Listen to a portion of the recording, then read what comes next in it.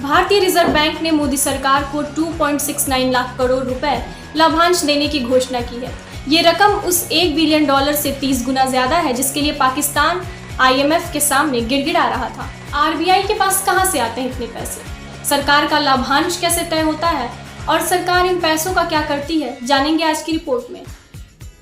RBI Bharat का केंद्रीय bank है। देश की इकोनॉमी को सही ढंग से चलाने के लिए RBI 5 प्रमुख काम करती है, जैसे करेंसी जारी करना, मौद्रिक नीति बनाना, बैंकों की निगरानी, विदेशी मुद्रा भंडार मैनेज करना, सरकार के अकाउंट्स मैनेज करना।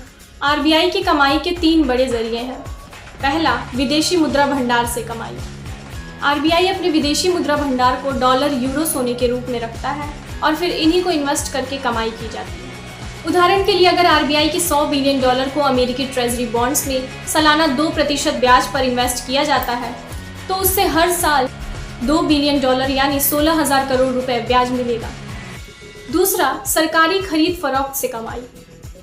RBI सरकारी बॉन्ड्स यानी ट्रेजरी बिल और गवर्नमेंट सिक्योरिटी में इन्वेस्ट करती है। सरकार जब इन बॉन्ड्स पर ब्याज देती है तो RBI की कमाई होती है।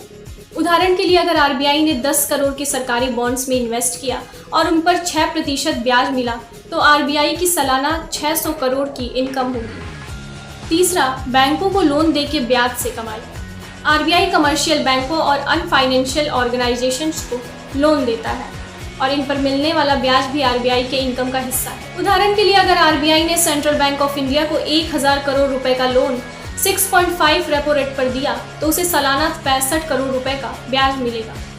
अब एक बड़ा सवाल कि RBI को कितना प्रॉफिट हुआ जो वो सरकार को 2.69 लाख करोड़ रुपए का लाभांश बांट रहा है।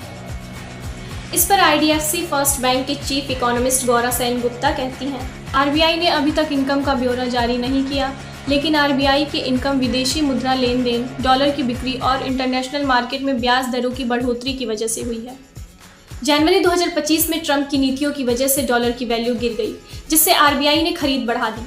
मार्च-अप्रैल में डॉलर की वैल्यू बढ़ने के बाद इसे बेच दिया। इसके अलावा RBI के पास 14 लाख करोड़ रुपए के सरकारी बॉन्ड्स हैं, जिन पर औसतन 6 से 7% तक सालाना ब्याज मिलता है। इन्वेस्टमेंट गुरु इंडिया की रिपोर्ट के मुताबिक साल 2024-25 में RBI को 3.5 लाख करोड़ रुपए का मुनाफा होने का अनुमान है, जिसमें से केंद्र सरकार को 2.69 लाख करोड़ का डिविडेंड दिया गया है। अब आपके मन में एक सवाल उठ रहा होगा कि सरकार को कितना डिविडेंड देना है, ये कैसे तय होता है?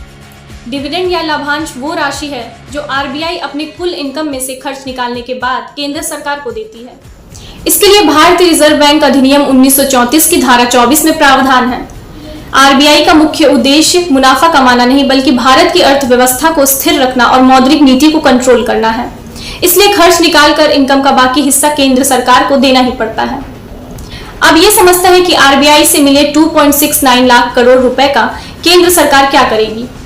सरकार अपना राजकोषीय घाटा GDP को 4.5 तक लाने की कोशिश करेगी, उधार लेना कम कर देगी, सब्सिडी और वेलफेयर स्कीम्स पर खर्च बढ़ाएगी और इंफ्रास्ट्रक्चर डेवलपमेंट करेगी। आज के लिए सिर्फ इतना ही। ऐसे ही और भी वीडियोस के लिए देखते रहिए UP News 18।